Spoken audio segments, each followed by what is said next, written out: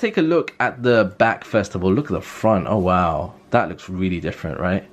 Alright, we'll talk about the front in a moment, but the back. The first major thing that you can tell at the top is the fact that the camera is now vertical as opposed to horizontal. But let's take a look at the back first of all. Look at the front. Oh wow, that looks really different, right? Alright, we'll talk about the front in a moment, but the back. The first major thing that you can tell at the top is the fact that the camera is now vertical as opposed to horizontal. Where's my iPhone 7? Plus. There we go. There's my current iPhone, the iPhone 7 Plus. You can see that the camera arrangement is different. And also, on the current iteration of the iPhone, you have the LED flash here, whereas on the new one, it's kind of embedded within this camera unit. So that's one major difference. The second thing is the actual kind of look and material of this. This appears to be, I mean, this is a metal prototype. The back almost looks and feels like it might be made out of glass, which again ties in with some of the rumors about the back being made out of glass as opposed to the current kind of aluminium that we find on the iPhone 7 and 7 Plus, which I hope really isn't the case. It does look nice, but to be honest with you, I hope this isn't the case, because that's going to be a problem. You know, if you drop this, you can imagine, I mean, I had tons of issues with my iPhone 4 and 4S.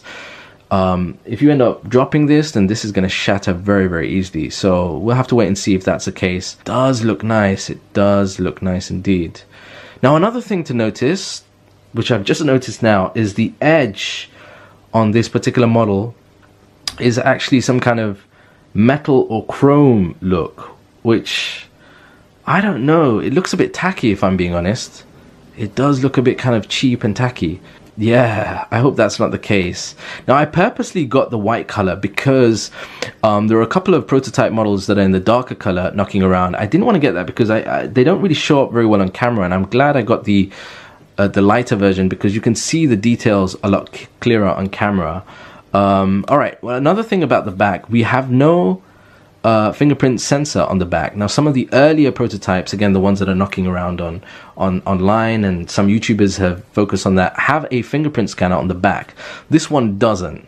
So we're gonna have to see how Apple are gonna deal with the fingerprint scanner situation. On the side, we've got the volume rocker, we've got the vibrate switch button here, which obviously, because this is not a working unit, doesn't do anything. On the other side over here, we've got a power button. Now that power button actually looks longer than the current iPhone version. Let me just show you the current iPhone 7 and 7 Plus. That's the power button there. That is definitely a longer version, which is actually easier to kind of hit. Nothing on the top.